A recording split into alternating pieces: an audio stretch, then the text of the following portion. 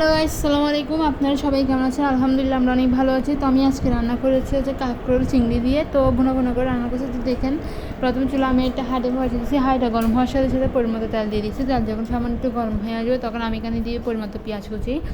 এবার পরিমাণ মতো পেঁয়াজ কুচি দেওয়ার পর তারপর আমি এখানে দিয়ে দেবো একটু লবণ স্বাদ মতো।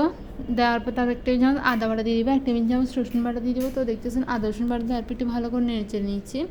তো দেখতেছেন পেঁয়াজগুলো একটু ভালোভাবে পেঁয়াজগুলো কষানো হয়ে আসছে। তখন আমি এখানে দিয়ে দিব সবগুলো মশলা। প্রথমে দিলাম 1 টেবিল চামচ মরিচের গুঁড়ো, তারপর দিয়ে দিব 1 টেবিল চামচ হলুদের গুঁড়ো, 1 টেবিল চামচ ধনিয়ার গুঁড়ো, 1 টেবিল চামচ জিরার গুঁড়ো। তারপর ভালো করে নেড়েছেড়ে ভালো কিছুক্ষণ সময়ের জন্য আমি একটু মশলাগুলো নেড়েছেড়ে কিছুক্ষণ সময়ের জন্য মশলা একটু কষিয়ে নিব।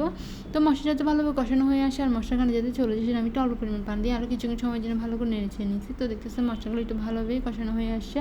তারপর ছোটো চিংড়িগুলো দিয়ে দিব। আমি আগে ধুয়ে ভালো করে বেছে পরিষ্কার করে নিচ্ছি। তারপরে আমি ছোটো চিংড়িগুলো তারপর একটু ভালো করে নেড়েচেড়ে নিলাম এই আর কি। তো ভালো করে নেড়েচেড়ে নিয়েছি। এবার ভালো করে নেড়েচেড়ে নেওয়ার পর মশলা যখন সামান্য ভালোভাবে কষানো হয়ে আসবে তখন আমি এখানে দিয়ে দেবো যে কাঁকরোলগুলো। তো কাঁকরোলগুলো আমি কেটে দিয়ে পরিষ্কার করে নিচ্ছি। এবার আমি সবগুলো কাঁকরোল মশলার মধ্যে দিয়ে ভালো করে নেড়েচেড়ে নিচ্ছি, অল্প পরিমাণ পানি দিয়ে দিয়েছি। তো কিছুক্ষণ এবার চুলার মধ্যে রেখে দিব, আস্তে আস্তে আমার রান্নাটা কমপ্লিট হয়ে যাবে। তো দেখতেছেন আমার রান্নাটা কমপ্লিট হয়ে এসেছে। আমি চুলার রান্নাটা বন্ধ করছি যেহেতু আমার রান্নাটা এখানে শেষ। তো হয়ে গেছে ছোটো চিংড়ি দিয়ে কাঁকরোল ভাজা। তো আপনারা অবশ্যই কমেন্ট করে জানাবেন যে আমার রান্নাটা কেমন হয়েছে আর কার কার এরকম কাঁকরোল চিংড়ি দিয়ে ভাজা করে খেতে ভালো লাগে তারাও কিন্তু অবশ্যই কমেন্ট করে জানাবেন। সবাই ভালো থাকুন, সুস্থ, ভালো লাগবে।